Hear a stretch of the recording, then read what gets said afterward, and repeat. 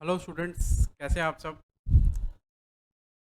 आज हमारा third class है इंश्योरेंस क्लेम और loss of stock and loss of profit का। तो आपको पता है पहला पार्ट चल रहा है लॉस ऑफ स्टॉक।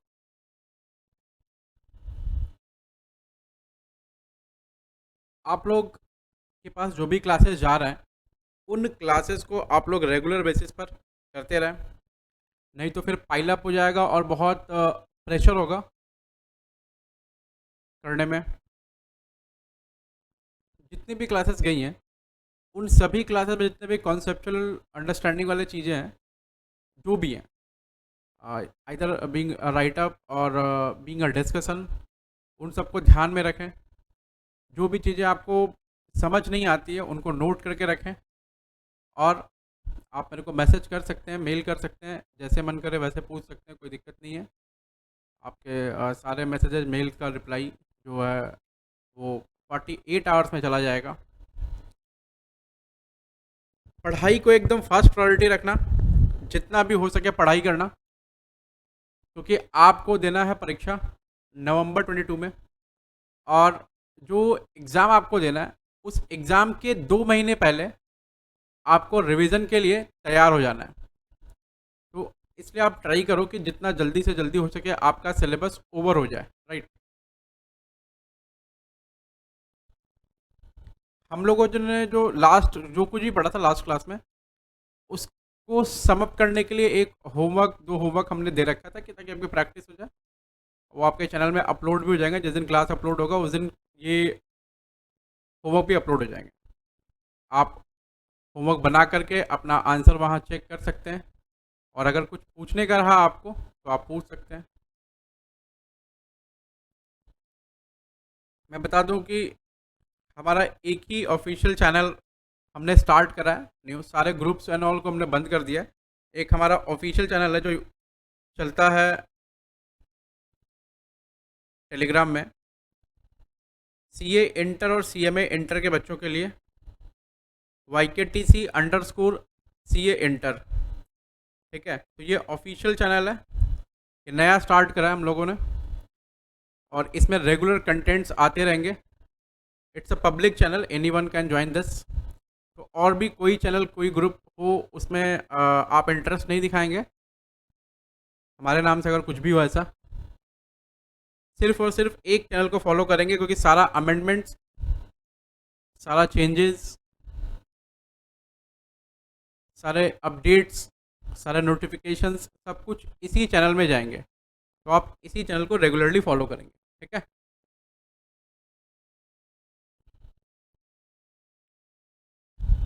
चलो, पहली बात तो आज सबसे पहले होमवर्क की बात करते हैं। होमवर्क था क्वेश्चन नंबर 3 और क्वेश्चन नंबर 4। क्वेश्चन नंबर 3 में और क्वेश्चन नंबर 4 में जो होमवर्क दिया रखा है, क्वेश्चन नंबर 3 और 4 का जो होमवर्क है, आप उसके लिए टेलीग्राम चैनल को एक्सेस कर लेंगे और वहाँ पर होमवर्क का फाइल जो है आपको मिल जाएगा, ठीक है।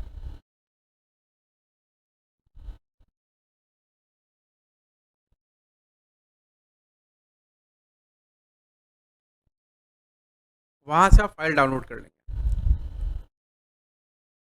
आज हम स्टार्ट करेंगे एक नया टॉपिक लॉस ऑफ स्टॉक में, जिसका नाम है पुअर सेलिंग लाइन गुड्स, ठीक है, और स्लो मूविंग गुड्स, ठीक है। तो आप ऐसा हेडिंग डाल दें, नोट नंबर क्या चल रहा है अपना देखें जरा।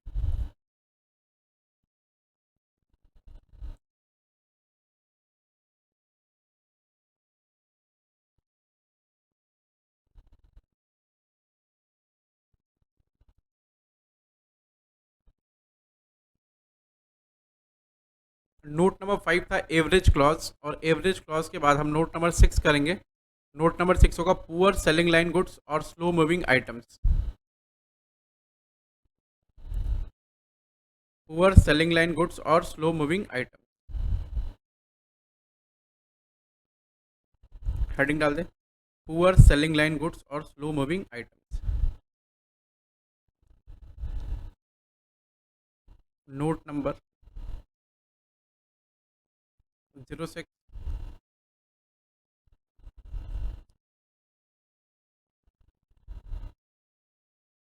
लिखना poor selling line and slow moving items, मतलब दोनों का मतलब एक ही है, आइटम्स या स्टॉक बोल रहे हैं आप, इसको और कर लो, ठीक है।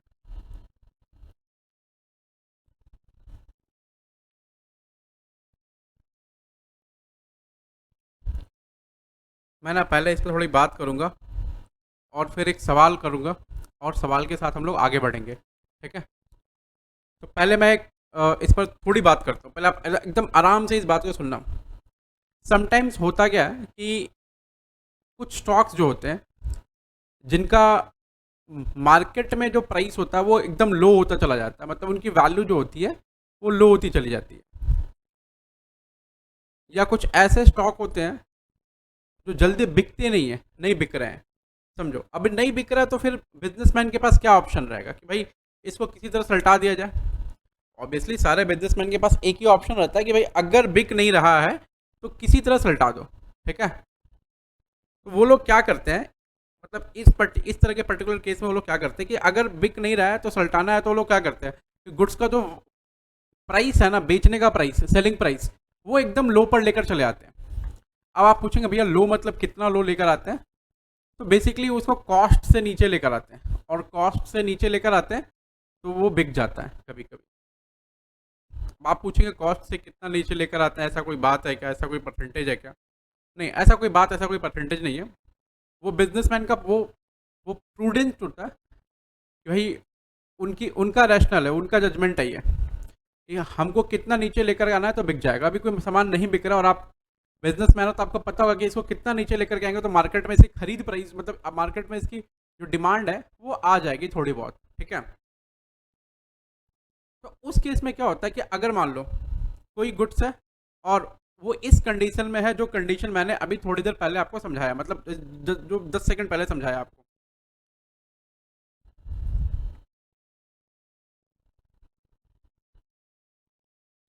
मान लो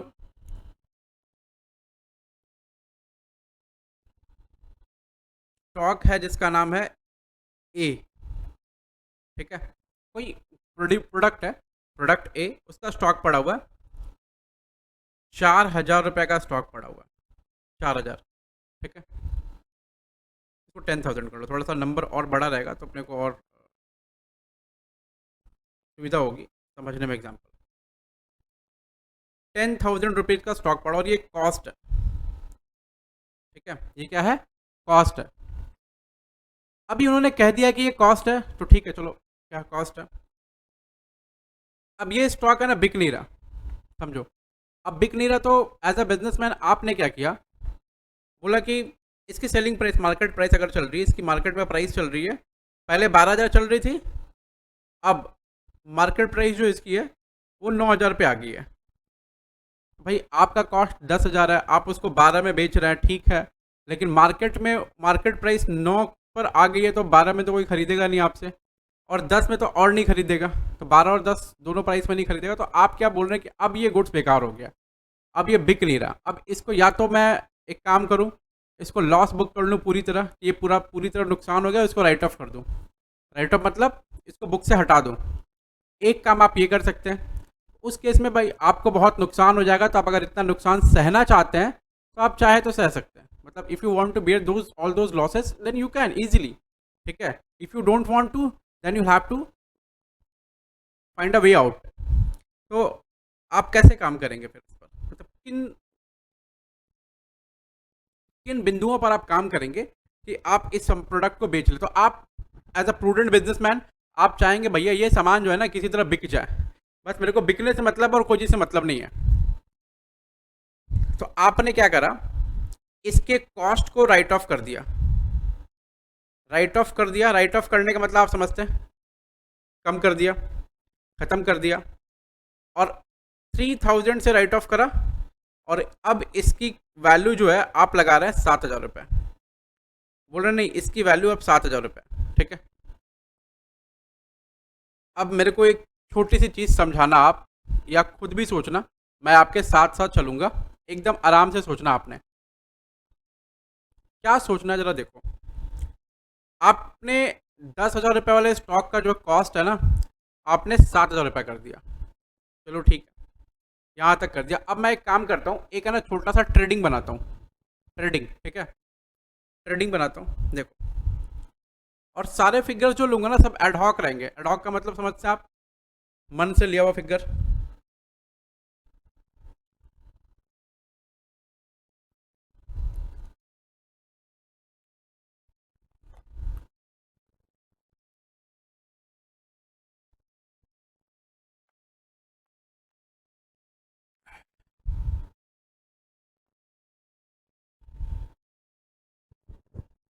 सारे फिगर जो रहेंगे एडहॉक रहेंगे, सब मन से लिए फिगर रहेंगे।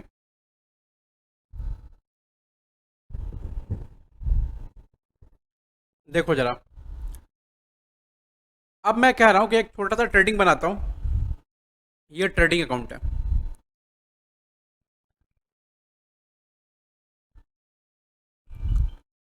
सुमन, नेहल का फ़ोन आ रहा है, उसको, हाँ उसको फ़ोन करके बोल दो कि अपलोड हो रहा है, शाम तक मिल जाएगा।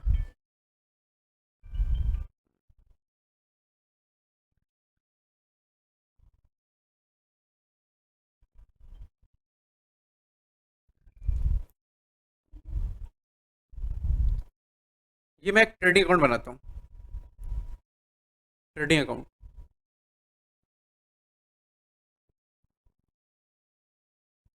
अभी जो मैं ट्रेडिंग अकाउंट बना रहा हूँ उसमें मैं डेटा फीड करता हूँ, देखो।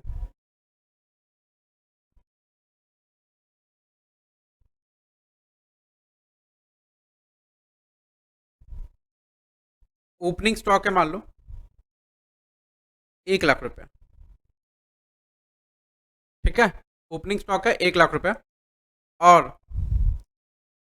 परचेज है 5 लाख रुपए, ठीक है। परचेज है 5 लाख रुपए। मैं जो कहना चाहता हूँ, मैं थोड़ा आराम से बात कर, मतलब थोड़ी आराम, मतलब एकदम स्लो जाएंगे अपने, ठीक है। मैं एक बात कह दूँ आपसे कि अगर आपको कॉन्सेप्चुअल चीज़ें पढ़नी है तो आपको हंसी मजाक इन सब से थोड़ा सा आपको कभी कभी दूर रहना पड़ेगा, क्योंकि जब कुछ आपको ज़्यादा टेक्निकल समझना होता है तो अब दो तरीके होते हैं आपके पास में। या तो आप कंसंट्रेशन बहुत हाई पे कर लो, या तो फिर उसको टीचर जो है फन लविंग वे में आपके पास ले आए, ठीक है। तो दोनों ही तरीकों में डिफरेंस होता है, तो हर चीज़ पर दोनों तरीके काम नहीं आते, ठीक है। वैसे ये बहुत ज़्यादा टेढ़ा कॉन्सेप्ट नहीं है, एकदम सिंपल है। मैं बता रहा हूँ, अकाउंट में कुछ नहीं होता, इस सब्जेक्ट में कुछ नहीं है। आप बस आराम से पढ़ते जाओ, आपकी नैया पार है बस। लेकिन थोड़ा सा आपको कभी कभी जो है, जब पहली बार चीज़ को समझते हैं तो उसके पीछे का लॉजिक समझने के लिए आपको थोड़ा सा वक्त जो है देना पड़ता है, समझ रहे हैं ना। हाँ, तो कभी भी कोई वस्तु, मतलब कोई वस्तु हो, कोई कॉन्सेप्ट हो, कोई चीज़ हो, कोई शख्स हो, वो तुरंत समझ में नहीं आता। आप उसको थोड़ा सा वक्त देंगे तो फिर वो समझ में आएगा, ठीक है।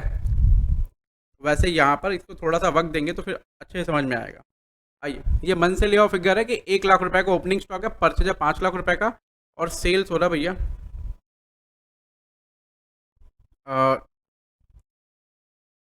7 लाख रुपए का, ठीक है।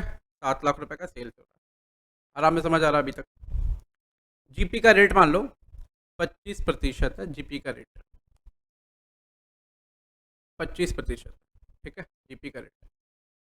तो 25% अगर जीपी का रेट है तो कितना हो जाएगा जीपी हमारा, 25%, 175, जीपी हमारा कितना हो गया, 175,000। अभी स्टॉक निकाल लो आप। Stock 1 lakh plus 5 lakh plus 175 plus minus 7 lakh रुपए, कितना, 75,000 का स्टॉक आ गया हमारा। क्लोजिंग स्टॉक, क्लोजिंग स्टॉक 75,000 का क्लोजिंग स्टॉक आ गया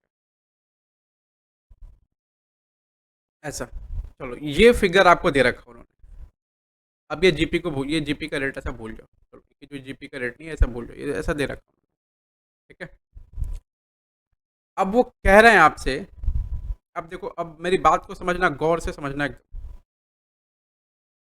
ये जो जो स्टॉक है 10,000 रुपए का स्टॉक ए, ये आपको कहाँ कहाँ दिख रहा होगा?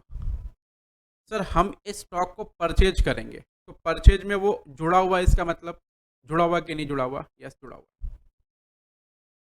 इसका मतलब इसके अंदर ना वो 10,000 रुपये का जो स्टॉक है वो मिला हुआ है। ये 10,000 का स्टॉक इसके अंदर मिला हुआ है, ऑब्वियसली मिला हुआ है, क्योंकि परचेज करा हमने, तो परचेज करा है तो परचेज में तो ऐड हो गई वो। लेकिन हमने एक काम किया, क्या काम किया बताओ?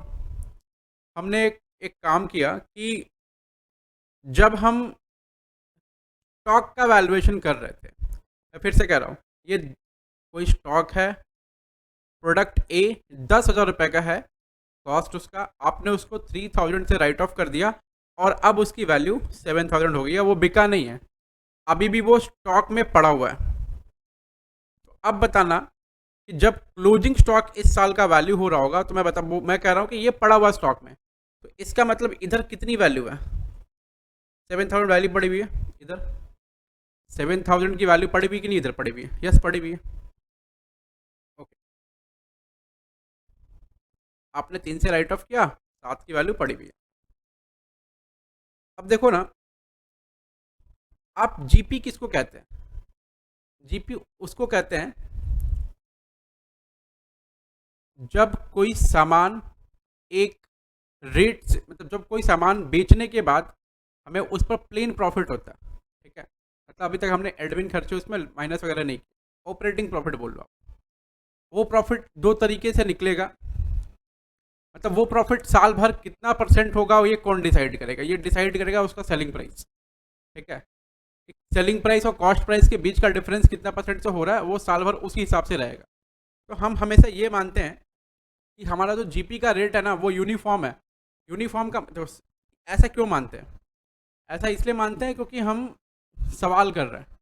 हो सकता है कि प्रैक्टिकल लाइफ में जीपी का रेट यूनिफॉर्म आपको ना दिखे, किसी प्रोडक्ट पे कोई प्रोडक्ट ज़्यादा सेलिंग प्राइस से बिका, कोई प्रोडक्ट कम सेलिंग प्राइस से बिका, ऐसा होता है, कोई दिक्कत नहीं है। लेकिन हम यहाँ मानते हैं कि जीपी एक यूनिफॉर्म रेट से। तो जब कोई प्रोडक्ट बिकता है तो उसके बिकने का तरीका दो तरह से होता है। एक होता है कि जो प्रोडक्ट है वो इन जनरली मार्केट में किस प्राइस पे बिक रहा है। तो अगर कोई प्रोडक्ट इन जनरली मार्केट में एक पर्टिकुलर प्राइस पे बिक रहा है तो उसी प्राइस पे बिक रहा है, इसका मतलब जो रेट ऑफ प्रॉफिट आएगा उसके ऊपर में वो एकदम एक जैसा आएगा, ठीक है, पूरे साल भर। लेकिन अगर मान लो कोई प्रोडक्ट को हम बेच लें, लॉस में बेच दें, लॉस में, ठीक है, कोई प्रोडक्ट को हम लॉस में बेच दें, तो क्या वो प्रॉफिट जो है, जो साल भर का प्रॉफिट है, 90% प्रोडक्ट एक रेट में बिके, कोई 10% प्रोडक्ट है जो लॉस में बिका है, तो ओवरऑल जो प्रॉफिट है अगर हम देखेंगे तो क्या होगा? जो 90% प्रॉफिट है वो 90% गुड्स से जो प्रॉफिट में बिका है प्लस 10% गुड्स से जो लॉस में बिका, अगर दोनों को मिला देंगे तो क्या होगा? नेट में प्रॉफिट ही दिखेगा आपको, नेट में प्रॉफिट दिखेगा। लेकिन एक्चुअली हुआ ऐसा नहीं है, हुआ है कि कुछ प्रॉफिट बिका है, कुछ लॉस में बिका है। तो अगर आप जीपी का रेट निकालने के लिए जाएंगे तो आपको जीपी का रेट सही नहीं निकलेगा, क्योंकि कुछ ऐसे प्रोडक्ट है जो लॉस में बिके हैं, उन पर प्रॉफिट का रेट ही कैसे निकलेगा? तो लॉस में बिके हैं, समझ रहे? तो इस वाले एग्जाम्पल में, इस वाले एग्जाम्पल में यहाँ जो स्टॉक का वैल्यू आ रहा है वो सही है क्या? नहीं, वो सही नहीं है। उसमें एक ऐसा स्टॉक मिला हुआ है जो स्टॉक कॉस्ट से नीचे 3,000 रुपये कम करा गया, ठीक है। ऐसा करने से क्या हुआ है, यहाँ अगर हम कभी भी स्टॉक का वैल्यू कम करते हैं या 3,000 से कम किए, इसका मतलब एक्चुअली प्रॉफिट कितना होता? 1,78,000 होता अगर इसको हम 3,000 से बढ़ा दे तो। लेकिन इसको 3,000 से कम करने के चलते प्रॉफिट कितना आया अभी एक्चुअल? 1,75,000 प्रॉफिट आया, समझ रहे? इसका मतलब कि अगर हमने स्टॉक की वैल्यू कम करी है तो प्रॉफिट कम आया है। अगर स्टॉक की वैल्यू उतना ही रखते तो प्रॉफिट क्या होता? जितना नॉर्मल ग्रॉस प्रॉफिट का रेट है वो उतना ग्रॉस प्रॉफिट का रेट आता। इस एग्जाम्पल से आपको क्या समझ आया? इस एग्जाम्पल से एक छोटी सी, अभी एग्जाम्पल पूरा नहीं हुआ, अभी एक पहला पार्ट है। इस एग्जाम्पल से एक छोटी सी बात आपको समझ में आई कि अगर कोई स्टॉक राइट ऑफ हुआ है तो इसका डायरेक्ट इम्पैक्ट कहाँ पड़ेगा? ग्रॉस प्रॉफिट पे, ठीक है, क्योंकि जितने से स्टॉक कम आएगा उतने से ग्रॉस प्रॉफिट जो है कम आएगा। फिर रेट ऑफ जीपी क्या निकलेगा, सही नहीं निकलेगा, गलत निकलेगा, ठीक है। इसका मतलब अगर हम कोई स्लो मूविंग आइटम या पुअर सेलिंग लाइन गुड्स जो है उसको राइट ऑफ करते हैं तो हमारा जो रेट ऑफ जीपी होगा उस साल का वो थोड़ा बहुत नीचे ऊपर आएगा, तो हमें सही रेट ऑफ जीपी निकालना पड़ेगा। तो इस एग्जांपल से समझ में आया कि रेट ऑफ जीपी जो है वो क्या है, गड़बड़ है, ठीक है, क्योंकि स्टॉक जो है अंडर वैल्यूड है, मतलब राइट ऑफ किया हुआ है। अब समझो, फिर से बोल रहा हूँ, अब मान लो दूसरा साल है, दूसरे साल में तो इस साल का क्लोजिंग स्टॉक इस साल का ओपनिंग स्टॉक होगा। अब ये जो प्रोडक्ट है 10,000 कॉस्ट वाला, वो प्रोडक्ट जिसको हम 7,000 वैल्यू पर रखे हैं वो प्रोडक्ट इस साल बिक गया और लॉस में बिका, ठीक है, लॉस में ही बिका है। तो उस पर सेलिंग प्राइस में क्या होगा, जो टोटल सेल्स वैल्यू होगा उसमें दो तरह का गुड्स होगा, एक होगा नॉर्मल गुड्स जो नॉर्मल ग्रॉस प्रॉफिट के रेट पे बिक रहा है, और एक होगा पुअर सेलिंग लाइन गुड्स, ठीक है, जो किस पर बिक रहा है, लॉस में बिक रहा है। तो अगर हम इन दोनों सेल्स पर कंबाइंडली जीपी निकालेंगे तो जीपी का परसेंटेज सही आएगा कि गलत आएगा, ये बताओ। गलत आएगा। और जीपी का परसेंटेज मतलब जीपी का परसेंटेज भी गलत आ गया, जीपी भी गलत आ गया, तो जो हमारा इस साल का बचा हुआ कॉस्ट है स्टॉक का, जो आग लगे हुए टाइम का कॉस्ट, स्टॉक का कॉस्ट है, वो ऑलवेज गलत आएगा। यस, गलत आएगा। तो हमको इसको ठीक करना होगा, ठीक है, और वो कैसे ठीक होगा मैं बताऊंगा अभी। तो पुअर सेलिंग लाइन गुड्स का जो कॉन्सेप्ट आपको थोड़ा बहुत मैं बताने की कोशिश कर रहा था वो ये है कि अगर कोई आइटम है, उस आइटम को हमने राइट ऑफ कर दिया है, स्टॉक का आइटम हमने राइट ऑफ कर दिया और स्टिल वो स्टॉक में है, तो इसका मतलब ये है कि भैया अगर वो स्टॉक में है तो इसका मतलब जीपी के परसेंटेज में प्रॉब्लम आ रही है, ठीक है, जिस साल के स्टॉक में है वो है, उस साल के स्टॉक में जीपी के परसेंटेज में प्रॉब्लम आ रही है, ठीक है, सही जीपी नहीं निकलेगा, उसको ठीक करना पड़ेगा और सही जीपी निकालना पड़ेगा। उसके बाद जब वो प्रोडक्ट किसी दूसरे साल मान लो अगर बिक गया तो उस साल भी क्या होगा, अगर वो लॉस में बिका तो टोटल जीपी जो निकलेगा वो गड़बड़ निकल जाएगा, इसलिए नॉर्मल गुड्स को अलग करना पड़ेगा और जो पुअर सेलिंग लाइन गुड्स है उसको अलग करना पड़ेगा। फिर देखना पड़ेगा कि नॉर्मल गुड्स पर यानी गुड जो यूनिट्स है उन पर कितना जीपी निकल रहा है और पुअर सेलिंग लाइन गुड्स पर तो लॉस है ही है, हमको पता है। तो ओवरऑल हमने प्रॉफिट कितना कमाया वो देख लेंगे बाद में, लेकिन अलग अलग निकालना पड़ेगा। और ये अगर अलग अलग निकाल लेंगे तो सही सही प्रॉफिट, सही सही जो स्टॉक का वैल्यू वो हमारा पता चल जाएगा। इन दोनों छोटे छोटे एग्जाम्पल से आपको थोड़ी सी बात तो क्लियर हुई होगी। और ये जो सवाल है, ये जो और कॉन्सेप्ट है, ये धीरे धीरे कब क्लियर होगा, जब आप सवाल करेंगे तब, ठीक है। तो मैं ना आपके साथ एक सवाल लूंगा और उस सवाल में ही डिस्कशन चलता रहेगा धीरे धीरे। आए,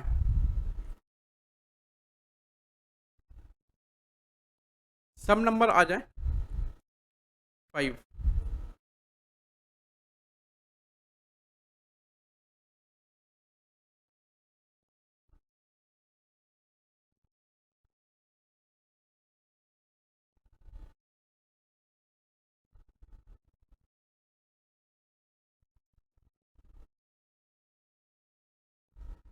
पेज नंबर है 33, बुक नंबर मेरा 2 है, इंश्योरेंस क्लेम चैप्टर 2 है, तो हर चैप्टर का अलग अलग बुक बना हुआ अपना। तो इंश्योरेंस क्लेम चैप्टर नंबर 2 है, उसका बुक नंबर अलग है। उसके बाद यहाँ आ जाए, यहाँ लिख लें,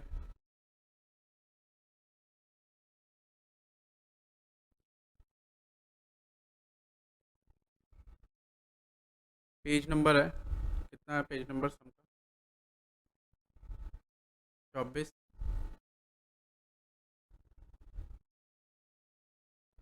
और प्रॉब्लम नंबर है 5, ठीक है। एक बार फटाफट आते हैं, पहले सवाल पढ़ते हैं।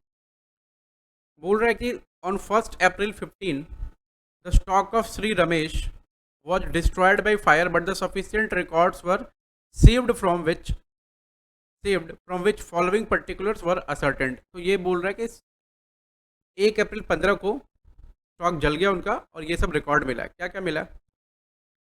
Cost, stock at cost on 1 जनवरी 14 73,500। तो 1 जनवरी 14 को स्टॉक की वैल्यू आ रही है 73,500। Stock at cost on 31 December 14 79,600। तो पिछले साल का ओपनिंग और पिछले साल का क्लोजिंग स्टॉक है, इन्होंने बता दिया। ठीक है, चलो परचेज बता रहा है पिछले साल का है 398,000 और सेल्स बता रहा है 487,000।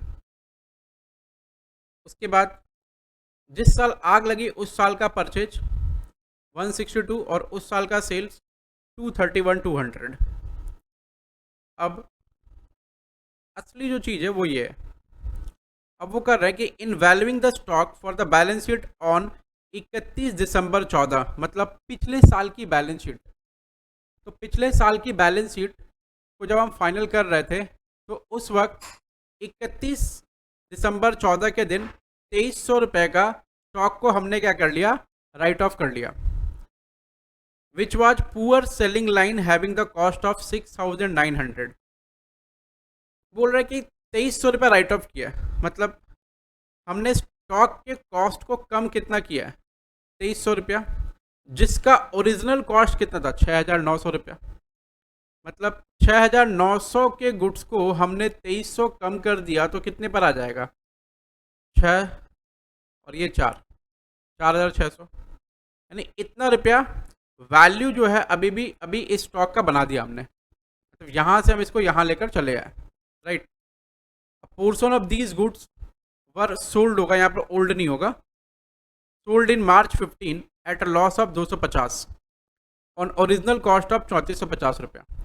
बोल रहा है कि ये जो 6,900 का गुड्स था जिसके कॉस्ट को हमने 2300 से नीचे लेकर आया था, उसमें से कुछ गुड्स हमने बेच दिया।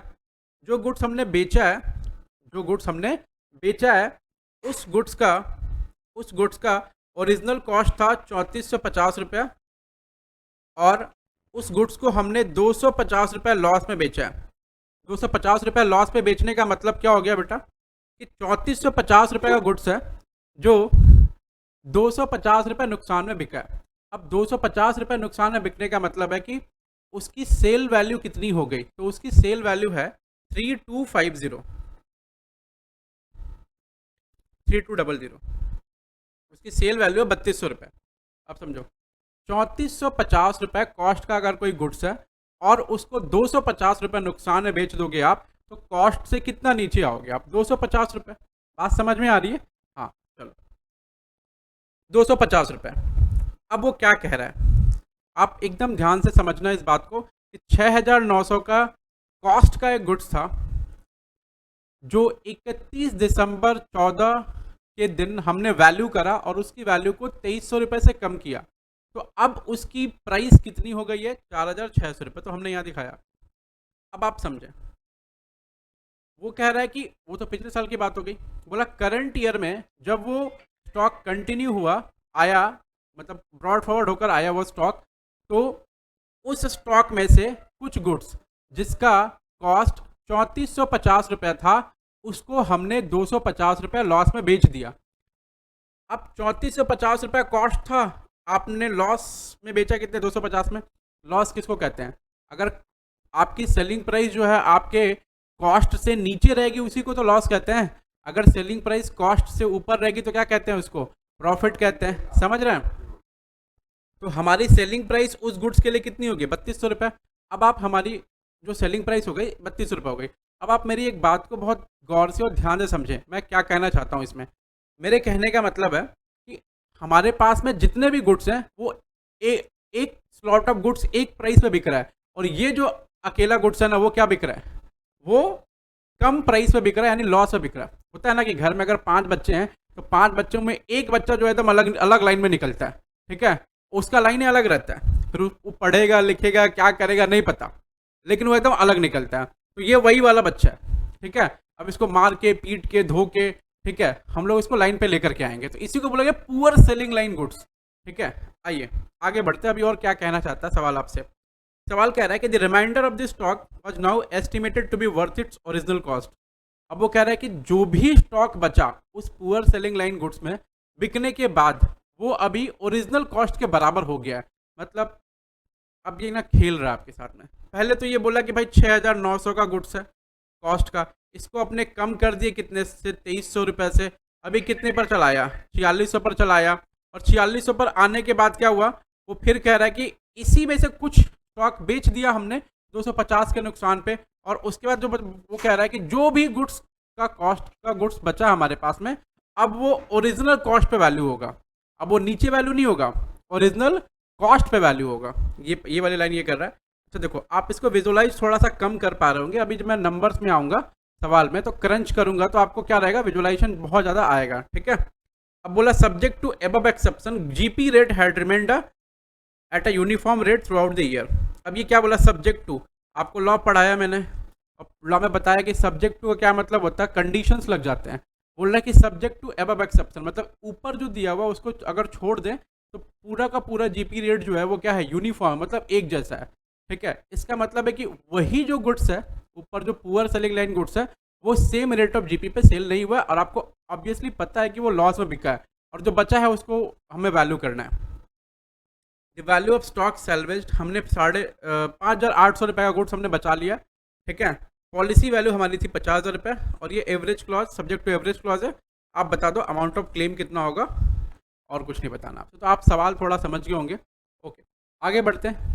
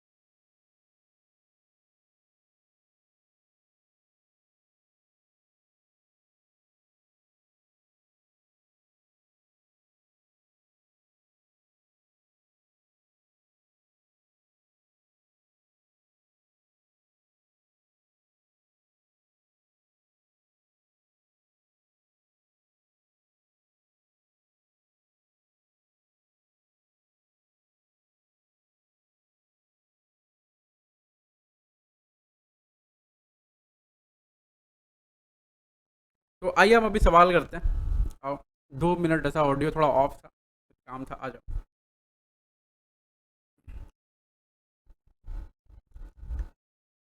ऊपर लिखना। अभी जो सम करूँगा मैं, इसके साथ साथ मैं डिस्कशन भी करूँगा। ठीक है। तो आप जब नंबर क्रंचिंग करेंगे तो आप कॉन्सेप्ट को पूरी तरह विजुलाइज कर पाएंगे। ठीक है। तो एक बार कॉन्सेप्ट को विजुलाइज करेंगे तो और ज़्यादा अच्छे समझ में आएगा। और मैं इस पर थोड़ा नंबर ज़्यादा क्रंच करूँगा, ताकि आप, मैं तोड़ तोड़ कर दिखाऊंगा कि इसका किस चीज़ का इम्पैक्ट कहाँ कहाँ पड़ा है।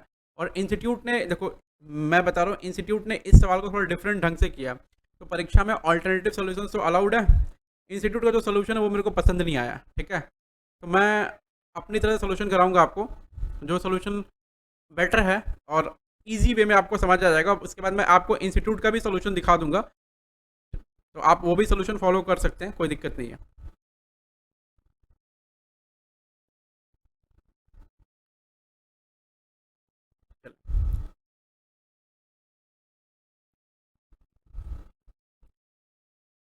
सबसे पहले हम एक काम करेंगे,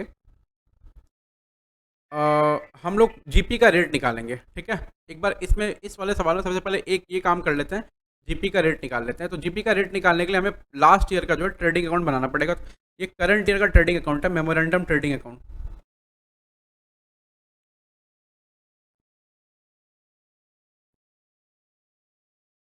मेमोरेंडम ट्रेडिंग अकाउंट जो है वो कब से कब तक का है, 1/1/15 से 31/3/15 तक का है।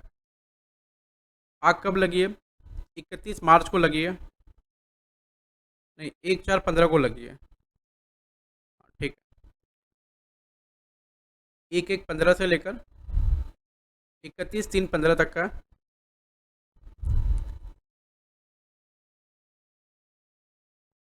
आप एक छोटा सा मेमोरेंडम ट्रेडिंग अकाउंट बना लेंगे प्रीवियस ईयर का। तो हम बना रहे ट्रेडिंग अकाउंट फॉर 2014, और ये 2014 का ट्रेडिंग अकाउंट बनाने से क्या होगा, हमें जीपी का रेट आएगा। तो ये वर्किंग नोट का पार्ट है, आप यहाँ लिख देंगे calculation for GP, calculation for GP rate, ठीक है। अच्छा, पिछले साल का ट्रेडिंग बनाने के लिए हमें पिछले साल का ओपनिंग स्टॉक लेना पड़ेगा 73500। यहाँ लिखेंगे टू ओपनिंग स्टॉक 73500, 73500।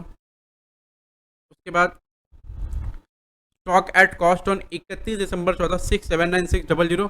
मैं इसको एक बार इनर कॉलम में लिख रहा हूँ, आप अभी थोड़ा कॉपी नहीं करेंगे, थोड़ा समझेंगे फिर कॉपी करेंगे, ठीक है। थोड़ी देर आप रुक जाओ, आप वीडियो पॉज कर सकते हैं, सर तो आपके हाथ में, आपके कंट्रोल में, आप चाहें जैसा चाहें वैसे सर को पॉज करके प्ले करके देख सकते हैं, कोई प्रॉब्लम नहीं है।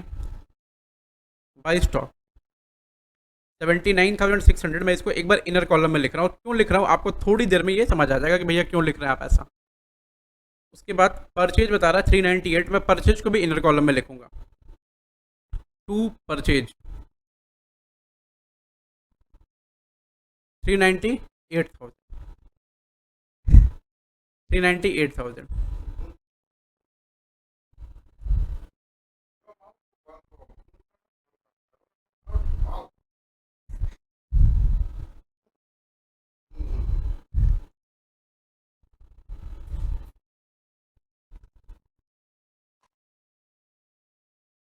सेल्स है 487,000 पिछले साल का, यहाँ लिखेंगे बाई सेल्स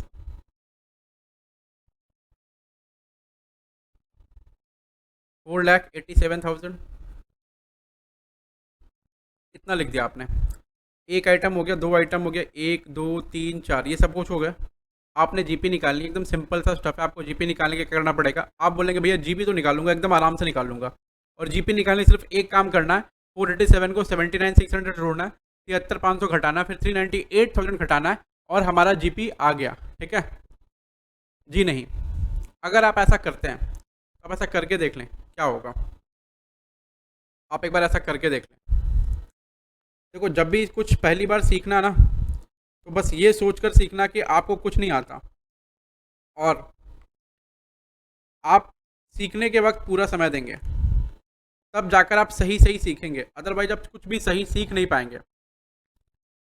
सीखने के वक्त अगर आपको कुछ भी लगता है कि हमको तो ये आता है या थोड़ा सा भी आता है, ठीक है, तो फिर आप सीख नहीं पाएंगे। कि लर्निंग जो होती है ना, स्क्रैच से होती है, लर्निंग कभी बीच से नहीं होती है। क्योंकि अगर आपको थोड़ा सा भी कोई चीज़, अगर ये मन में वहम हो गया कि मेरे को ये चीज़ थोड़ा आता है, मैं ये सीख लूँगा, फिर उसके बाद आप सीख नहीं पाएंगे कुछ भी। फिर आपको जितना आता है वो भी आधा अधूरा रह जाएगा। 95,100 का जीपी आ रहा है इस हिसाब से, लेकिन ये जीपी करेक्ट नहीं है। इस जीपी में कोई समस्या है, और वो जो समस्या है वो क्या है, मैं आपसे इस पर चर्चा करता हूँ कि भाई देखो समस्या एग्जैक्टली क्या है।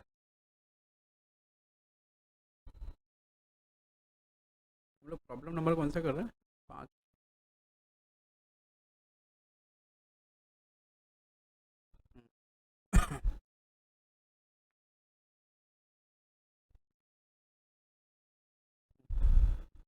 ठीक, चलो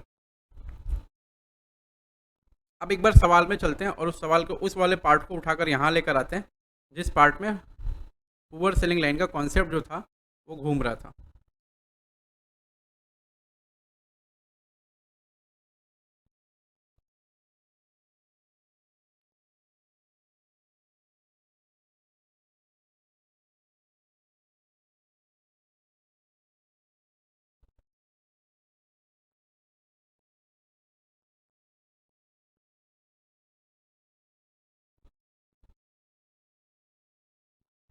देखो अब ये क्या कह रहा है, ये कह रहा है कि 31 दिसंबर 14 को 2,300 रुपया राइट ऑफ हुआ है सर्टेन स्टॉक से, जो पुअर सेलिंग लाइन का था और जिसका कॉस्ट 6,900 था।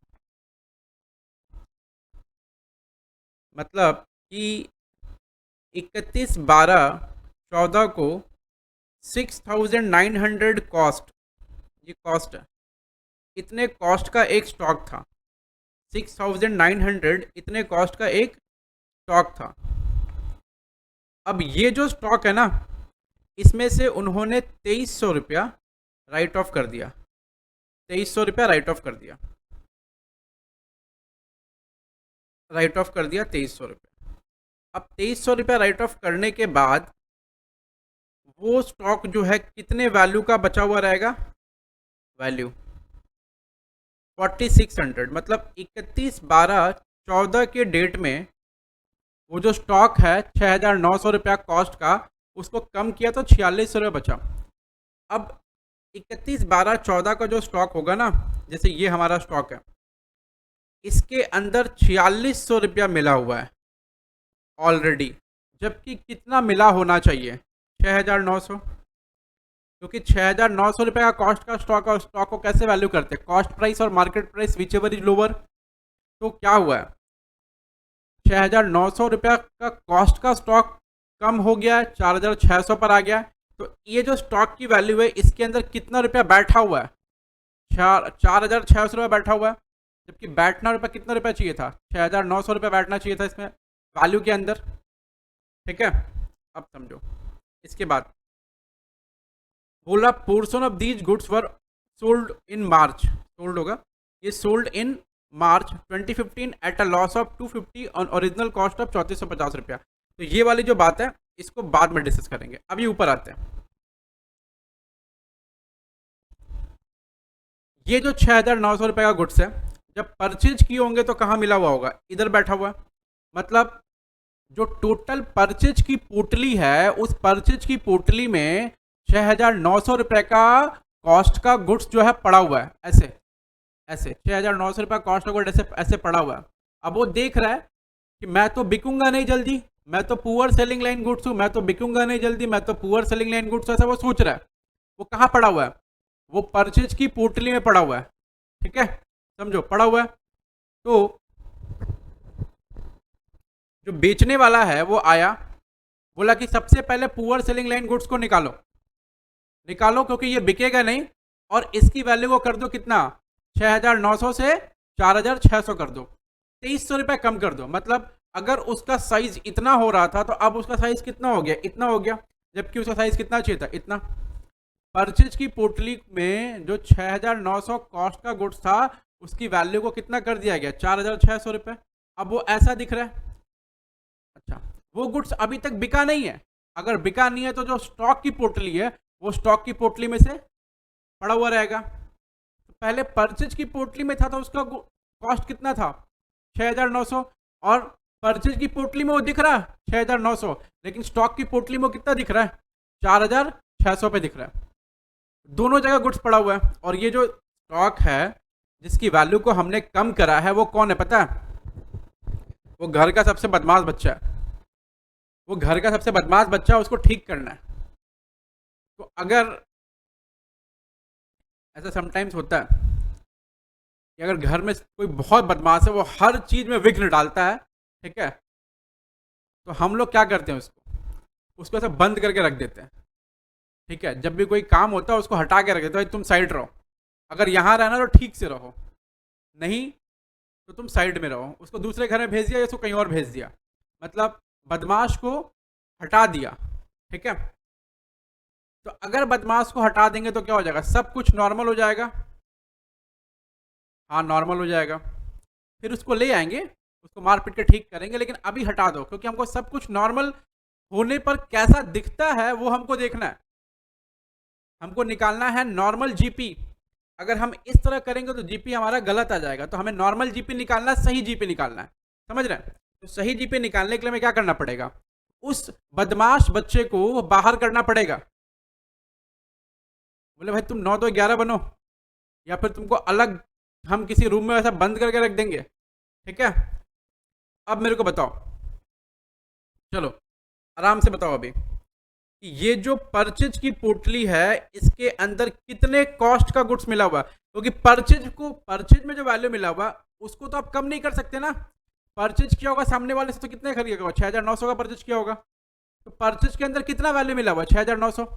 तो दोनों जगह से हटाना होगा हमको, तब जाके नॉर्मल जीपी निकलेगा। तो हम यहां से कितना माइनस करेंगे, less abnormal item, less abnormal item. कितना एबनॉर्मल आइटम है, एबनॉर्मल आइटम कितने का है, 6,900 रुपये का, 6,900, क्योंकि 6,900 कॉस्ट ऑफ गुड्स यहाँ मिला हुआ। अब बताओ, लेस एबनॉर्मल आइटम स्टॉक से भी हटा देंगे, एबनॉर्मल आइटम जो है स्टॉक से भी हटा देंगे। और स्टॉक में कितना मिला हुआ, 6,900 का आइटम था, उसको 2,300 से कम किया गया है, अब वो 4,600 का है, वो यहाँ मिला हुआ है। तो इसकी फाइनल वैल्यू कितनी आ रही है, 75,000। और इसकी फाइनल वैल्यू कितनी आ रही है, 398,000 माइनस 6,900, 398,000 माइनस 391,100, 391,100, ऐसा 3,91,100 ये आ गई। अब आप क्या करेंगे, अब आप सही सही जीपी का रेट निकालेंगे। अब आप सही सही जीपी का रेट निकालो, कितना आ रहा बताओ मेरे को।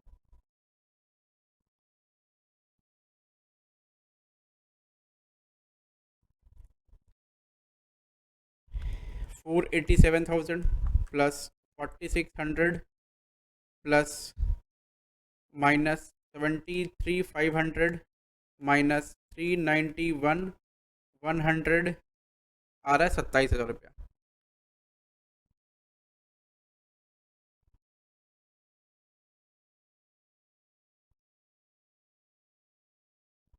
$487,000 प्लस 75,000 माइनस 73,500 माइनस 391,100 97,400 आ रहा है। पहले इतना आ रहा था 95,100। मैं इसको मिटा नहीं रहा हूँ, इस वैल्यू को भी रखूँगा ताकि आपको दिखा दूँ कि क्या डिफरेंस है, क्या प्रॉब्लम है। अब कितना आ रहा है, अब आ रहा है 2 GB 97,400 रुपया। देखो एबनॉर्मल आइटम को हमने हटा दिया, नॉर्मल आइटम जो है ना वो सारा नॉर्मल आइटम पड़ा हुआ अभी, ये सब का सब नॉर्मल आइटम, ये सब नॉर्मल आइटम है। तो नॉर्मल आइटम पे जीपी कितना होगा वो देख लो, नॉर्मल आइटम पे जीपी कितना होगा वो देख लो। अब जीपी का रेट निकाल लो, 97,400 डिवाइड बाई 487,000 इंटू 100,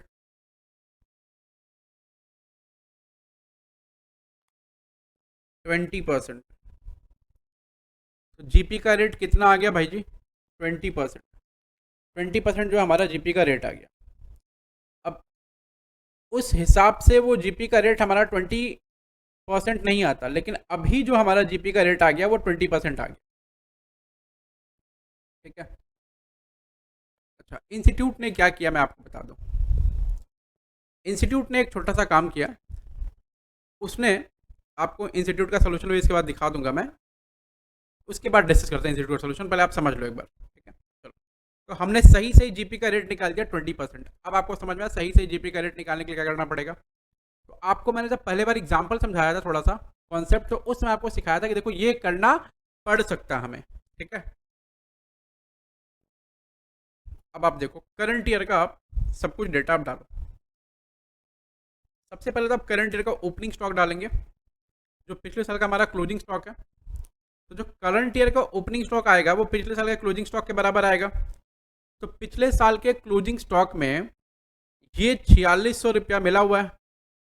तो इस साल के ओपनिंग स्टॉक में भी ये हटाना पड़ेगा, तो कौन सी वैल्यू लेंगे, 75,000 लेंगे, ठीक है। तो इस साल के ओपनिंग स्टॉक में वैल्यू ले लो 75,000 टू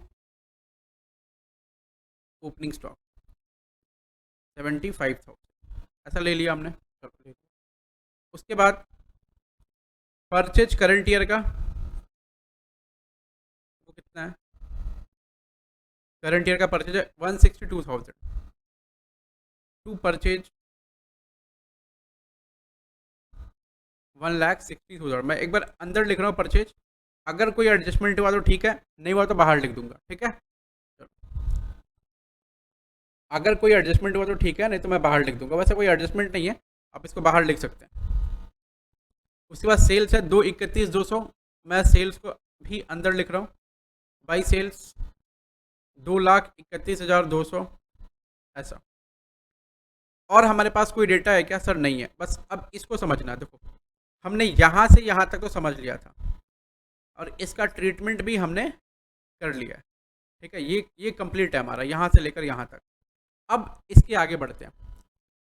अब पिछले साल जो हमने 6,900 कॉस्ट का गुड्स था, उसको हमने 2,300 रुपये कम करके 4,600 पर हम ले आए थे और वो हमारे स्टॉक में इंक्लूडेड है। वो अभी भी बिका नहीं है, वो पड़ा हुआ ओपनिंग स्टॉक में पड़ा हुआ वैल्यू, वो ओपनिंग स्टॉक में बेटा पड़ा हुआ। तो आप कहेंगे ठीक है भैया कोई दिक्कत नहीं, ओपनिंग स्टॉक में पड़ा हुआ है ना, उसको पड़े रहने दीजिए, वो बिकेगा तो बताइएगा मेरे को आप। यस, बताऊंगा मैं आपको। बोल रहा है कि portion of these goods were sold in, ये सोल्ड होगा, sold in March 2015 at a loss of 250 रुपया, जिसका ओरिजिनल कॉस्ट था 3450। चलो इसको एक बार ड्रॉ करते हैं। आपने कुछ ड्रॉ किया था पहले, देखो ये ड्रॉ किया था आपने, किया था ना। अब कुछ और ड्रॉ करते हैं, आ जाओ। अब ये कब हुआ? 2014 में हुआ था। ये कब हो रहा है? एक बार बस आप समझ लोगे ना इस बात को, तो मैं आपसे कह रहा हूं आप कभी भूलेंगे ही नहीं। वो जो सुनील शेट्टी साहब है ना, उनका डायलॉग है, तुम मुझे भूल जाओ ये हो नहीं सकता, ऐसे कुछ नहीं, मैं तुम्हें भूल जाऊँ ये हो नहीं सकता और तुम मुझे भूल जाओ मैं ये होने नहीं दूंगा। तो ऐसे ये सवाल आपसे कहेगा कि मैं तुम्हें भूल जाऊँ ये हो नहीं सकता और तुम मुझे भूल जाओ मैं होने नहीं दूंगा। तो मैं भी इसी के साथ हूँ, मैं भी ये होने नहीं दूंगा तुम इसको भूल जाओ, ठीक है, समझ रहे ना। और आप इसको पढ़ लेंगे तो देखो हिमेश रेशमिया जो है ना, हिमेश रेशमिया को जानते हैं आप?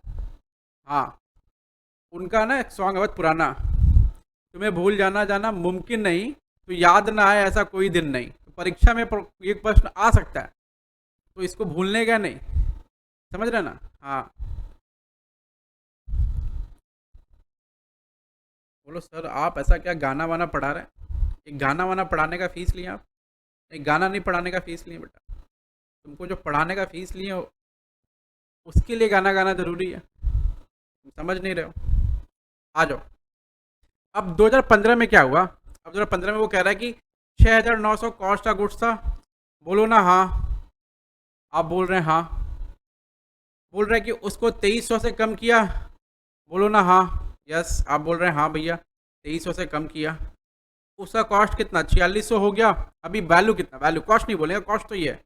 वैल्यू कितना? 4,600 हो गया, बोलो ना हाँ। बोलो भैया यहाँ तक तो आ गए।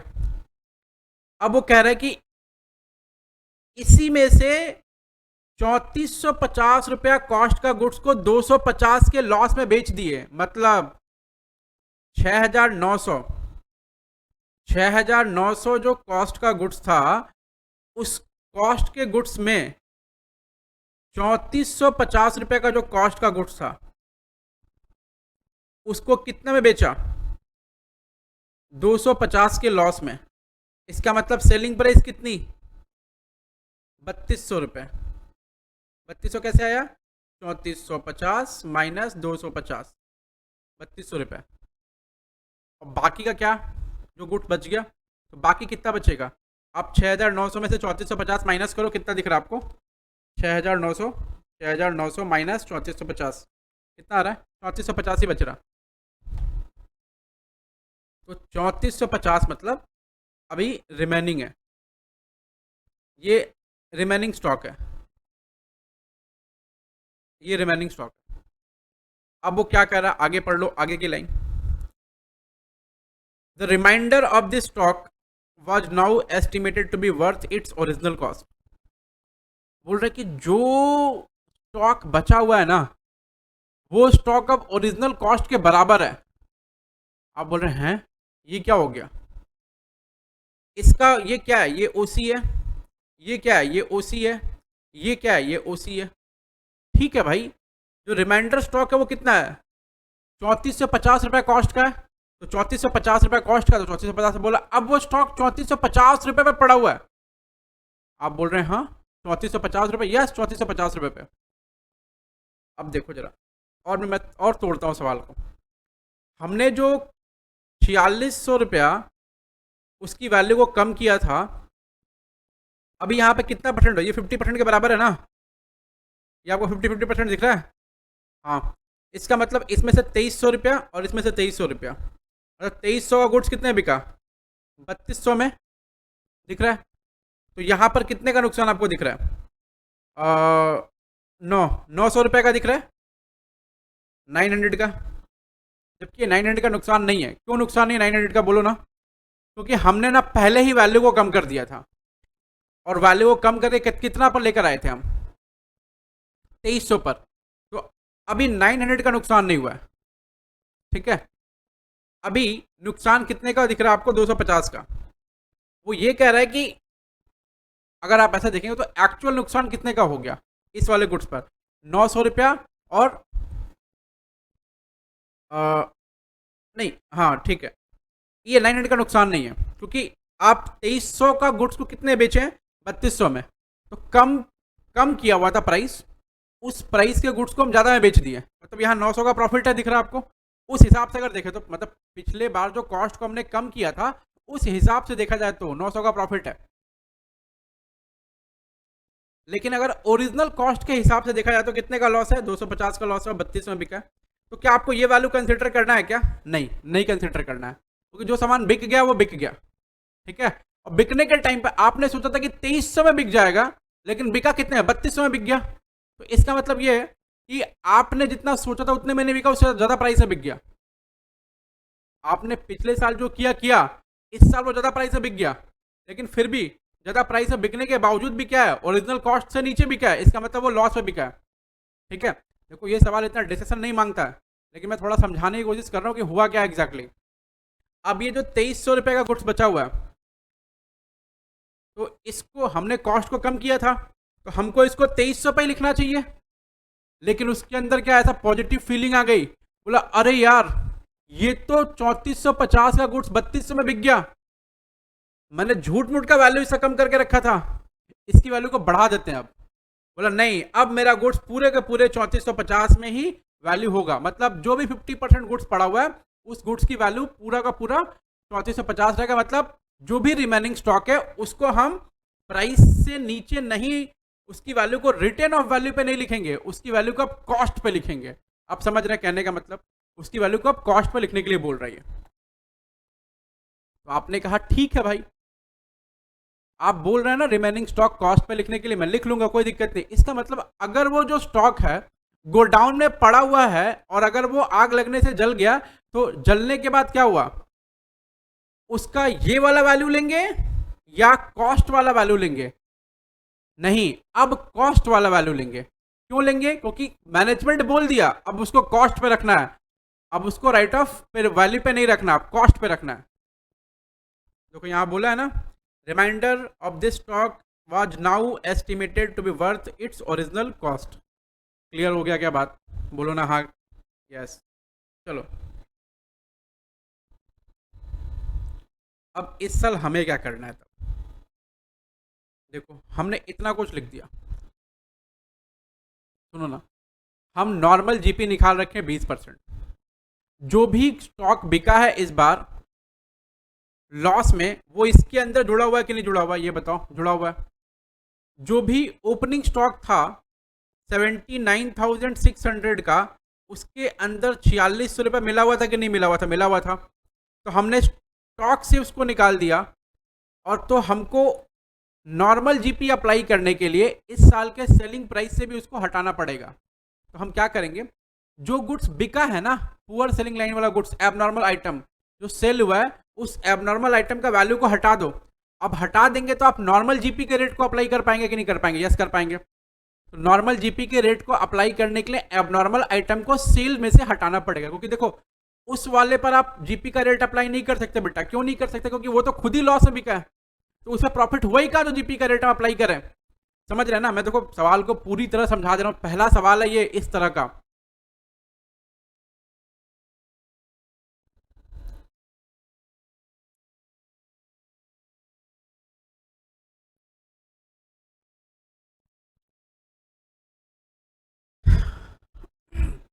वो एक बढ़िया शेर है, एक है ना अच्छे शायर का शेर है, ये पहला इश्क है तुम्हारा तुम सोच लो, ये पहला इश्क है तुम्हारा तुम सोच लो, मेरे लिए किस्सा कोई नया नहीं है। तो इसलिए मैं कह रहा हूँ कि ये पहला सवाल है तुम्हारा इस तरह का, तुम सोच लो कि कितना गहराई में जाके समझना है, क्योंकि मेरे लिए ये किस्सा कोई नया नहीं है। मेरे मेरे को तो समझ में आ ही रहा, मेरे को तो समझ में आता ही है, बस मैं ये कह रहा हूँ कि आपको समझ में आ जाना चाहिए। ठीक है,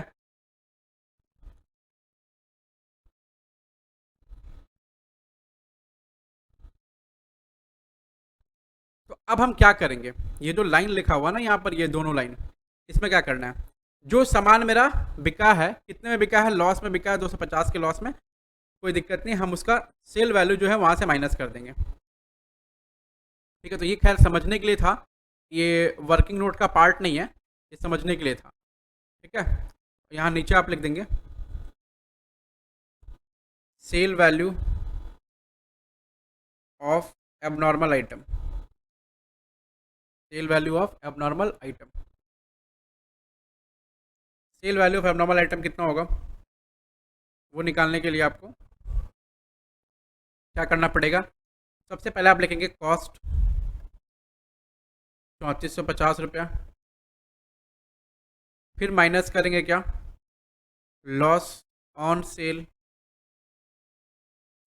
200 रुपया, सॉरी 250 रुपया, लॉस ऑन सेल से 250 रुपया, फिर ये कितना हो गया 3200 रुपया। तो ये हमारा सेल वैल्यू आ गया एबनॉर्मल आइटम का।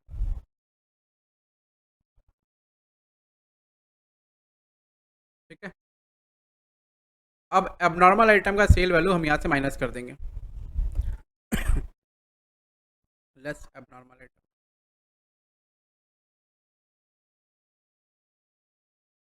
3200। आप इसको भी इस तरह दिखा ही लो, नहीं तो फिर आपको लगेगा कि क्या हो रहा है, समझ नहीं आ रहा है। आप इसको भी दिखा लो आपको कि एबनॉर्मल आइटम दोनों जगह से माइनस होने हैं, एबनॉर्मल आइटम दोनों जगह से माइनस होने हैं।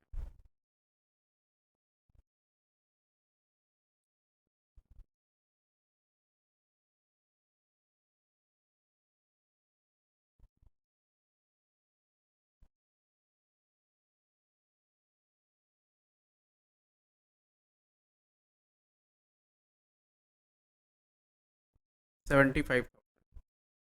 ठीक है, यहाँ से ही माइनस कर दिया, वहाँ से ही माइनस कर दिया, यस।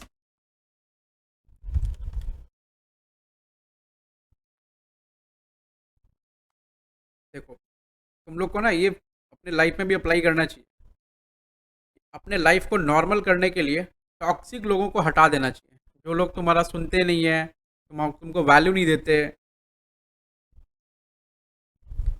तुमको इग्नोर करते हैं। ठीक है, उन लोगों को अपने लाइफ से ना ये एबनॉर्मल आइटम की तरह हटा देना चाहिए, तब जाके क्या निकलेगा, नॉर्मल जीपी निकल पाएगा तुम्हारा। ठीक है, तो कहाँ कहाँ से हटाना चाहिए, स्टॉक में से भी हटाना चाहिए, देखो इस साल के, क्योंकि इस साल के स्टॉक मतलब ये ब्रेन में तुम्हारे पड़े रहते हैं वो लोग, इस साल के सेल्स भी हटाना चाहिए। ठीक है, तो सब जगह से हटाना चाहिए, और ये इस पर कोई एडजस्टमेंट नहीं है, तो 162,000 ये ऐसे का ऐसे लिख देंगे बाहर, कोई दिक्कत नहीं। अब आप नॉर्मल जीपी का रेट अप्लाई कर सकते हैं टू ग्रॉस प्रॉफिट बेटा, 2,28,000 इंटू 20%, इंटू 20%, कितना आएगा 45,600।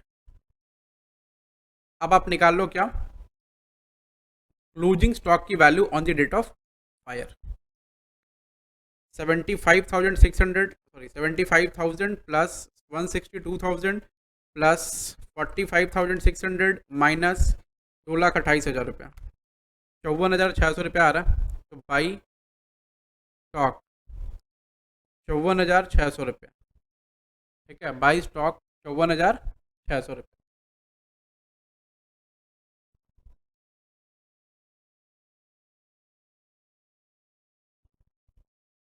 ठीक है, बाई स्टॉक 54,600, ये हो गया बैलेंसिंग फिगर। अभी ये आंसर आपका इंस्टीट्यूट के आंसर से नहीं मिलेगा, ठीक है, अब थोड़ी देर बाद मिलेगा। और ये जो स्टॉक निकला ये किस आइटम का निकला है? ये नॉर्मल आइटम का निकला है, नॉर्मल आइटम का स्टॉक, ठीक है। और ये क्या है? अच्छा, यार लिखा हुआ है अब नॉर्मल आइटम का सेल, ठीक है। अब नीचे आ जाए आप।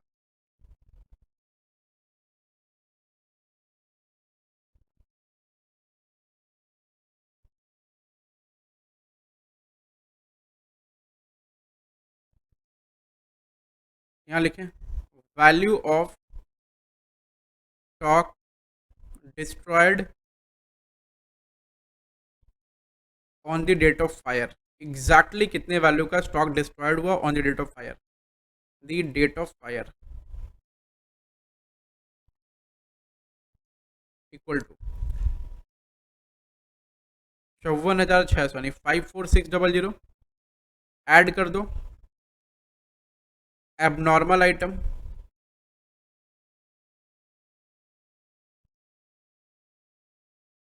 कितना रुपया? 3450। और ये कैसे आया? 6,900 था, उसमें से आधा बिक गया, इतने कॉस्ट का था, इतने कॉस्ट का बिक गया, ये सोल्ड वाला है, इतना बच गया, ये बच वाला है। तो कितना जो बच गया वो कितने का है? 3450। तो वैल्यू कितना हो गया टोटल? वैल्यू हो गया प्लस 3450, 58050, 58050, ठीक है, ऐसा। अब स्टेटमेंट ऑफ क्लेम बना लो, statement of claim.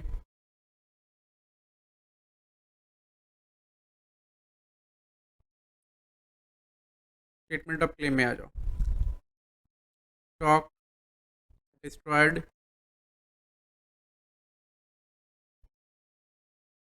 58050 minus salvage value. Salvage value कितने का है? पॉलिसी वैल्यू ये 5800 सैल्वेज वैल्यू है। 5800 लॉस ऑफ स्टॉक कितने का आ गया? माइनस 5800, कितना आ रहा? 58050 माइनस 5800, 58, अच्छा ठीक है ठीक है, 050 माइनस 5800, 52250। तो ये जो हमारा आ गया ये क्या है? Loss of stock. क्या एवरेज क्लॉज लगेगा क्या? आप ज़रा देखो, एवरेज क्लॉज लगेगा कि नहीं लगेगा? एवरेज क्लॉज क्यों लगेगा यार? लगेगा कि नहीं लगेगा वो देख लो पहले। पॉलिसी वैल्यू कितनी की है? 50,000, यहाँ लिखो। सिंस पॉलिसी वैल्यू इज ₹50,000 और वो स्टॉक की जो वैल्यू है वो कितनी है? 5850, यानी पॉलिसी वैल्यू क्या है? कम है, is less than value of stock, value of stock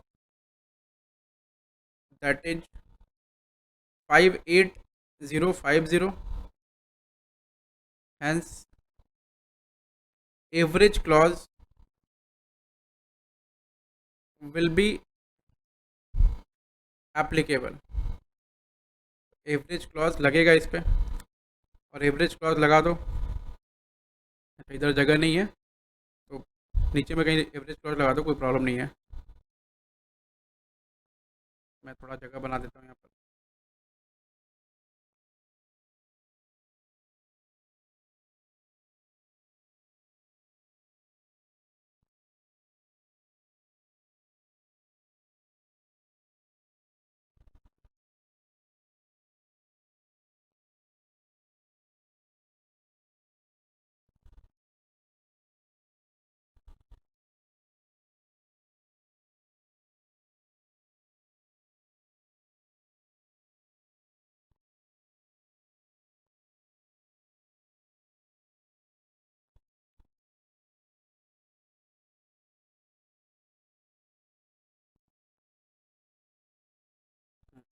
average clause लगा दो अभी यहाँ पे।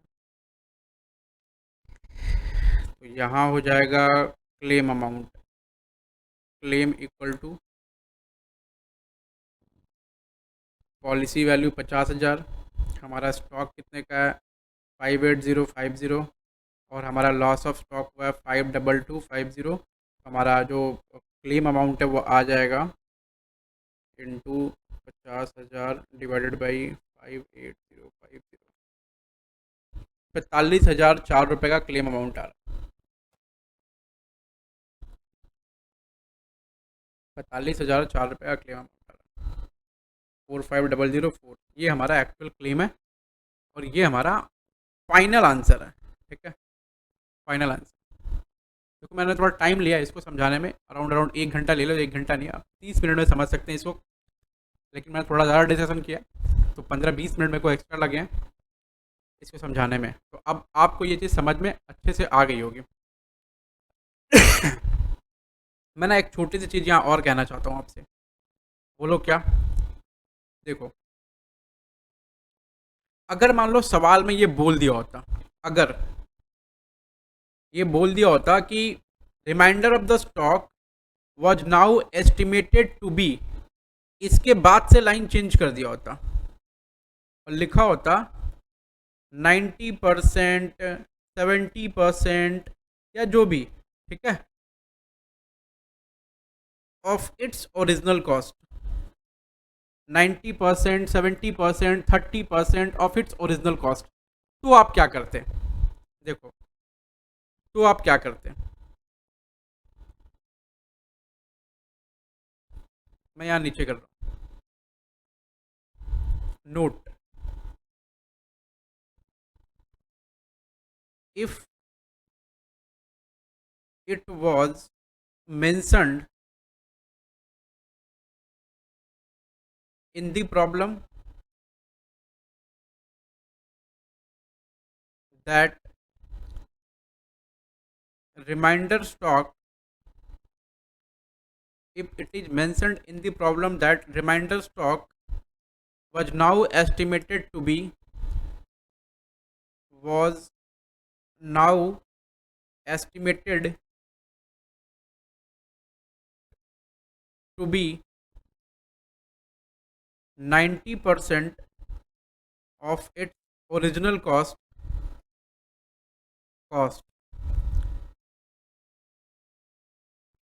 तो क्या होता, तो कैसे निकलता? तो आपका वैल्यू ऑफ स्टॉक कितना आया? वैल्यू ऑफ स्टॉक आया 54600, ऐड करते क्या, एबनॉर्मल आइटम का स्टॉक, आइटम का स्टॉक, और कितना करते हैं, फिर करते 6,900 माइनस 3450 इंटू 90%, मतलब वो अभी भी राइट ऑफ करके रखा है 10%, तो ये कितना होता, ये होता, देखो ऐसा सवाल पूछ सकता है और आराम से पूछ सकता है, 3105, 3105, तो उस केस में आपका वैल्यू आता 54,600, ऐड कर लो 57705, ये आपका स्टॉक का वैल्यू आता on the date of fire. तो ये जो पोर्शन है ये क्या है पता है, ये आपका एक्स्ट्रा में है, ये पोर्शन आपके एक्स्ट्रा में है कि अगर ऐसा होता तो क्या होता, तो अगर ऐसा होता तो इस तरह का आंसर आपका फाइंड आउट होता। ठीक है, नेक्स्ट मूव करते हैं, पुअर सेलिंग लाइन गुड्स पे कुछ नोटिंग्स लिख लेते हैं फटाफट, अभी लिखो जरा, पुअर सेलिंग लाइन गुड्स पे नोटिंग लिखेंगे।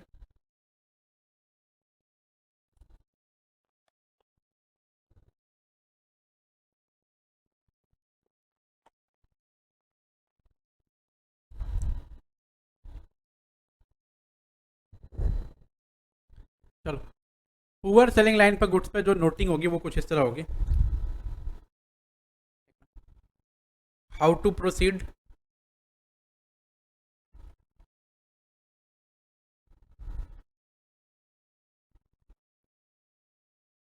with the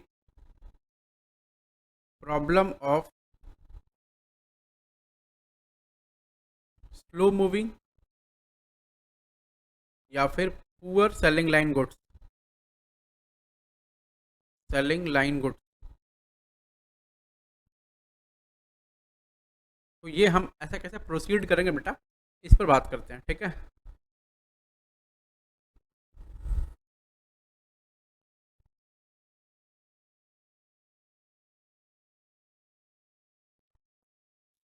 आ जाओ।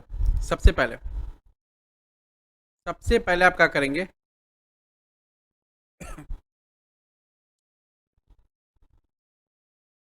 Prepare previous year, prepare previous year trading account, trading account in working note, working note to find out GP. उसके लिए फॉर्मेट कुछ इस तरह रहेगा। ये प्रीवियस ईयर का ट्रेडिंग अकाउंट है। यहाँ लिखेंगे टू ओपनिंग स्टॉक, यहाँ लिखेंगे टू परचेज। देखो, अगर वो बोला कि ओपनिंग स्टॉक में वो गुड्स मिला हुआ था तो ओपनिंग स्टॉक से माइनस करेंगे, अगर वो बोला परचेज में मिला हुआ था तो परचेज से माइनस करेंगे। Less cost of abnormal item, abnormal item, वो लिखेगा कॉस्ट ऑफ एबनॉर्मल आइटम आपने माइनस करना है। परचेज टू लिखेंगे, फिर कॉस्ट ऑफ एबनॉर्मल आइटम आपने माइनस करना है। Cost of abnormal item,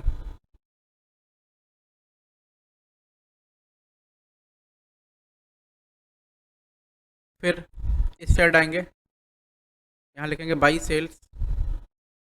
previous year में कुछ नहीं होगा, ये प्रीवियस ईयर का ट्रेडिंग अकाउंट है, ट्रेडिंग अकाउंट प्रीवियस ईयर का है, तो प्रीवियस ईयर में कुछ नहीं होगा। ये बात हमेशा याद रखेंगे कि प्रीवियस ईयर में कुछ नहीं होने वाला, जो होने वाला इस साल होने वाला है। यस, इस साल होने वाला है, ठीक है। चलो, बाई क्लोजिंग स्टॉक, ये कौन सा क्लोजिंग स्टॉक है बेटा, प्रीवियस ईयर का क्लोजिंग स्टॉक है।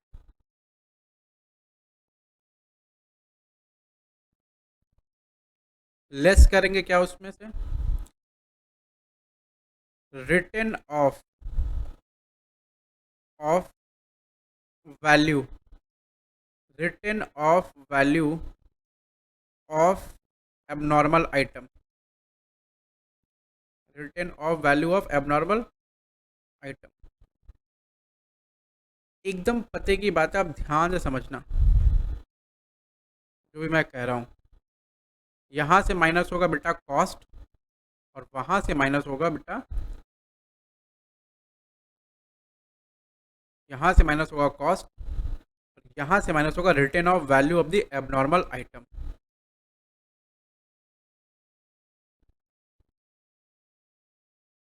ये दोनों ये दोनों चीज़ें माइनस होंगी, ठीक है।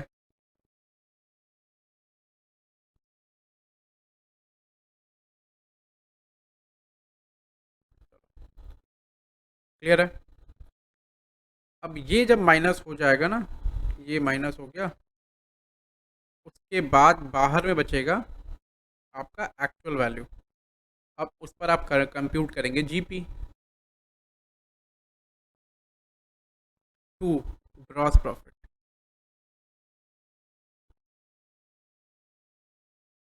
ठीक है। अभी आप जीपी निकाल लेंगे, फिर आप जीपी का रेट निकाल लेंगे, उसके बाद जीपी का rate, GP by sales into 100 करके, ठीक है। तो पहला स्टेप रहेगा, प्रिपेयर करेंगे प्रीवियस ईयर का ट्रेडिंग अकाउंट, और आप उसमें फाइंड आउट करेंगे ग्रॉस प्रॉफिट, ठीक है। उसके बाद स्टेप टू क्या रहेगा बच्चा, बोलो जल्दी से, फटाफट बोलो, जल्दी बोलो, जल्दी बोलो, स्टेप टू क्या रहेगा।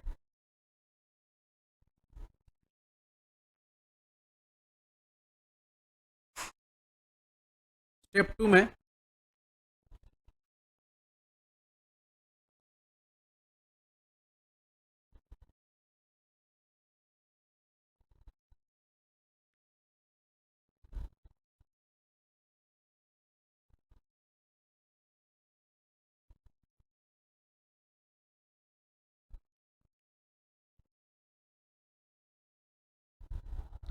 देखो, प्रिपेयर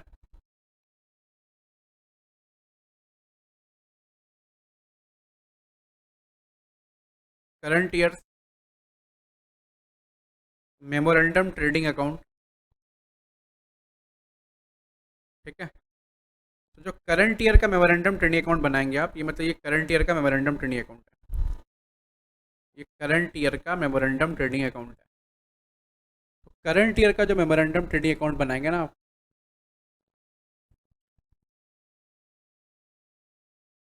करंट ईयर का जो मेमोरेंडम ट्रेडिंग अकाउंट बनाएंगे वो कैसे बनाएंगे?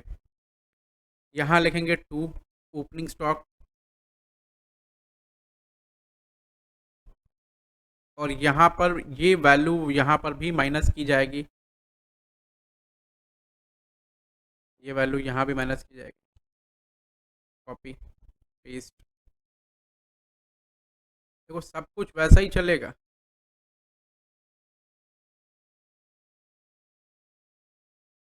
ये वैल्यू यहाँ भी माइनस की जाएगी। ठीक है, उसके बाद ये क्यों माइनस की जा रही है? क्योंकि हमें एबनॉर्मल आइटम को हटा देना सब जगह से, सिर्फ नॉर्मल आइटम रखना है। फिर टू परचेज, और परचेज में कोई एडजस्टमेंट रहा तो नॉर्मल एडजस्टमेंट रहा तो आप कर लेंगे, नहीं रहा तो कोई बात नहीं है। फिर बाई सेल्स, बाई सेल्स में से भी आप माइनस करेंगे, less sale value, sale value of abnormal item, sale value of abnormal item. Final figure जो आएगा आएगा। अब यहाँ लिखेंगे to gross profit, gross profit. मान लो ये वैल्यू आ रही है, इसका नाम है एक्स वाई जेड, ये जो वैल्यू आ रही है एक्स वाई जेड है। तो जो ग्रॉस प्रॉफिट निकलेगा वो x y z into rate of GP, x y z into GP, GP rate. तो हमारा जीपी आ गया। अब हम निकाल लेंगे वैल्यू ऑफ स्टॉक। तो बाई क्लोजिंग स्टॉक, ये जो वैल्यू ऑफ स्टॉक आएगा ये आएगा नॉर्मल आइटम का स्टॉक आएगा। आप ये बस याद रखना, नॉर्मल आइटम का स्टॉक आएगा। फिर आप क्या करेंगे? Step three, step number three, step number three, step number three में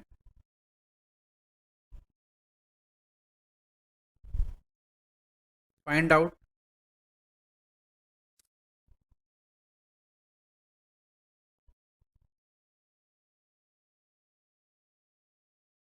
find out final value of normal plus abnormal stock. वो कैसे फाइंड आउट करेंगे? ऊपर जो वैल्यू आया, वैल्यू ऑफ स्टॉक एच पर एम टी ए, जो आपका वैल्यू आया वैल्यू ऑफ स्टॉक एच पर एम टी ए, उसमें ऐड करेंगे एबनॉर्मल स्टॉक वैल्यू। ठीक है, अब जो आएगा ये आएगा आपका value of stock destroyed by fire, destroyed by fire, ये आ गया value of stock destroyed by fire. अब अल्टीमेटली क्या करेंगे? Step five, prepare statement of claim, prepare statement of claim,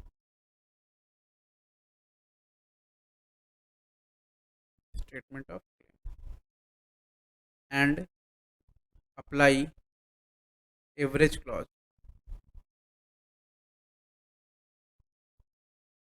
average clause. आप उसके बाद एवरेज क्लॉज अप्लाई करिए। समझ आ रहा है? नोट नंबर कौन सा चल रहा है बेटा? ये देखो इसको पढ़ाने में पूरा 1 घंटा 26 मिनट लग गया।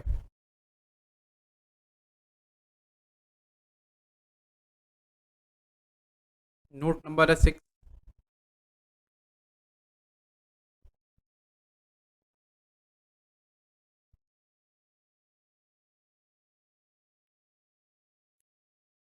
नोट नंबर 7 आ जाओ।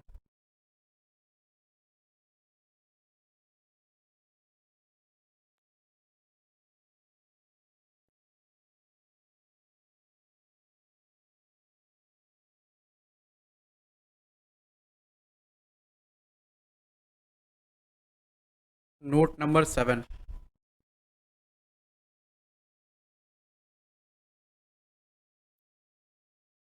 लिखना, इन्फ्लेशन, इन्फ्लेशन इफेक्ट। इन्फ्लेशन का इफेक्ट क्या पड़ेगा? देखो स्टडी मैट में तो शायद ऐसा कोई सवाल दिया हुआ नहीं है, लेकिन ऐसा सवाल पहले आता था कभी। एक छोटा सा सवाल रहता था, मैंने अपने स्टडी मैट में डाल रखा है।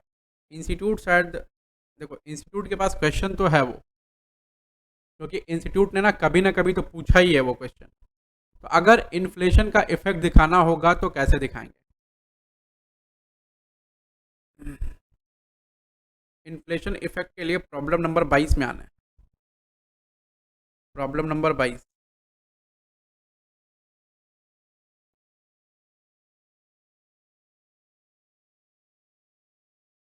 आ जाओ, पेज नंबर कितना है उसका?